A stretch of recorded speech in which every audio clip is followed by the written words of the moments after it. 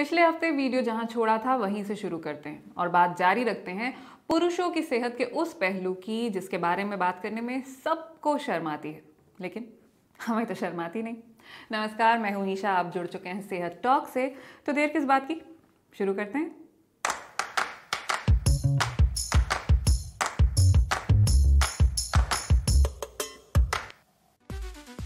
Genitals या गुप्तांगों का काम है शुक्राणु बनाना ताकि आप बच्चे पैदा कर सकें, और ये बनते हैं टेस्टिकल्स में।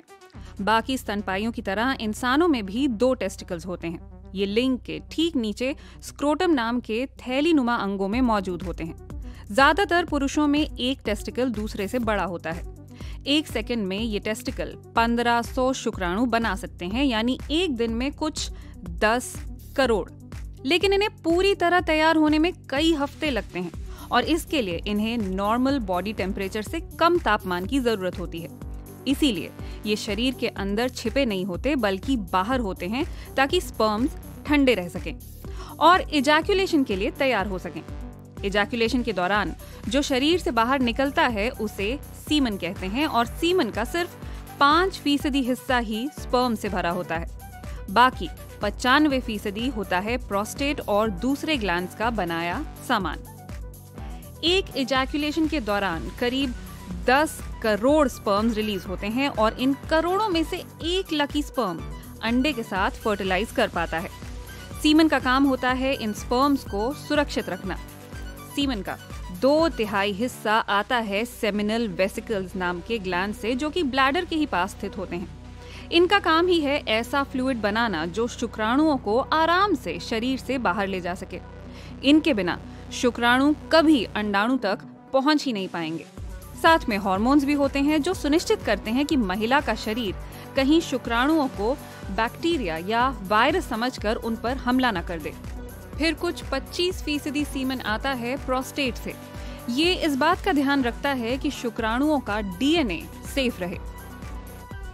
सीमन का बस 2 से 5% हिस्सा ही स्पर्म्स का होता है, और दिलचस्प बात यह है कि इनकी कोशिकाओं में सिर्फ आधा ही जेनेटिक मटेरियल होता है। फर्ज कीजिए कि स्पर्म भी पूरा जेनेटिक मटेरियल ले आए और एग भी, तो बच्चों में तो डबल मटेरियल हो जाएगा ना।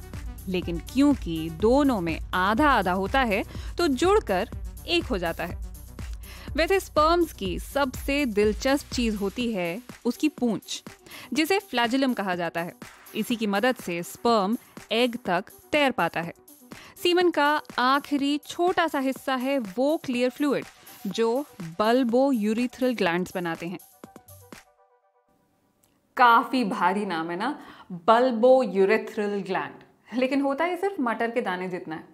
ये जो क्लियर फ्लूइड बनाता है वो होता है प्री इजैक्यूलेट, और ये बहुत ज़रूरी काम करता है।